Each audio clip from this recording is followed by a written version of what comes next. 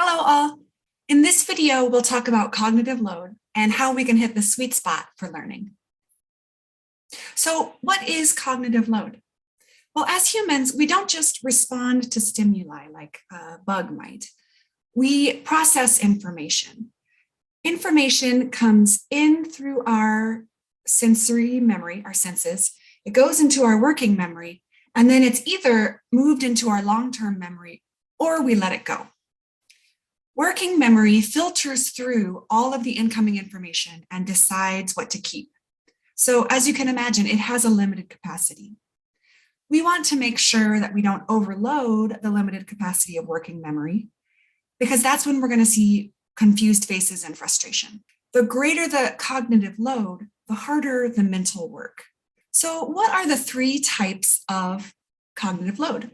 We have intrinsic, germaine, and extraneous. So intrinsic cognitive load refers to how complicated the information is. So for example, the simple present statement, I can, is much more intrinsically simple than the past unreal conditional, I would have if I could have. And this is really relevant when we think about lesson planning. We want to make sure we're targeting language that is just above students' level, that is not too complicated. Our next type of cognitive load is extraneous, which refers to too much or unnecessary input that fills up the working memory.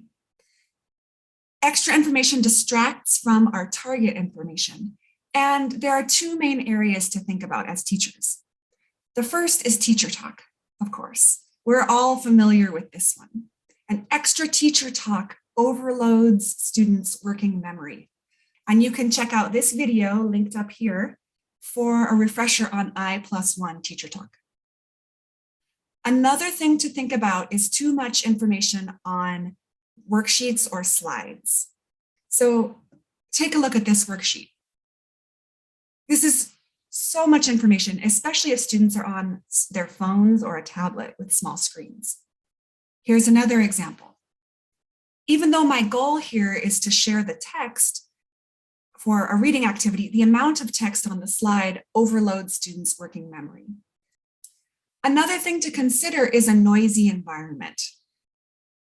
We can encourage students to use headphones or to try and find a quiet place if they're able, because all of that extra noise, our brain is trying to sift through it, which is leaving less working memory for concentration.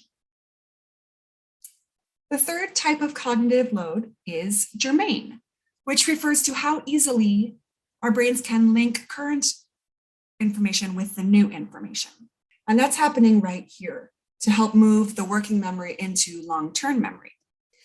This is why we always try to connect to students' prior knowledge or lived experience, because it facilitates this process of moving information into long-term memory. Let's talk about three principles that will help us make sure we aren't overloading our students' working memory.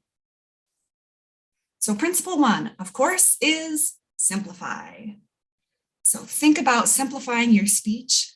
Think about that I+1 level where our talk is just above learners' levels. When you give directions one step at a time. Give directions, do the step. Give directions, do the step, rather than giving all of the directions at once. It's important to simplify our visual supports. So we saw this slide. Let's simplify it. This slide, I took just one paragraph, added an image, and I highlighted the difficult words. The second principle is signal. It's important to highlight key information because it helps our brains identify what's important and what it should hold on to. So when we're speaking, we can use gestures and voice to highlight important points, and we can always use various tools to make sure that the key information in written materials is clear. We want to signal when we're transitioning. So for example, if we're moving on to a slightly new topic, I might say, we have been practicing how to talk to the doctor. Today, we're going to practice how to talk to the insurance company. So I help students' brains make the transition so that the working memory isn't clogged up trying to figure out what's going on. Of course, we want to connect to prior knowledge. And with reading and listening activities, we want to tell students what we want them to listen for or read for before the activity so that we can signal the brain what to focus on. Principle 3 is to avoid redundancy. Redundant material interferes with learning, and this is not referring to high quality repetition. And you can review high quality repetition in the video up here. This principle is referring to unnecessary redundancy.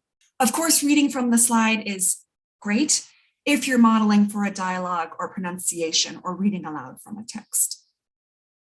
But if you have a lot of text on the slide, it's important to interpret the slide, give examples, model, explain, rather than simply reading from it. And if you're showing a slide, make sure you're addressing that slide. For example, I'm showing a slide right now, but I'm not talking about it. And it's harder for you to concentrate on what I'm saying because you're trying to interpret the slide and listen to me.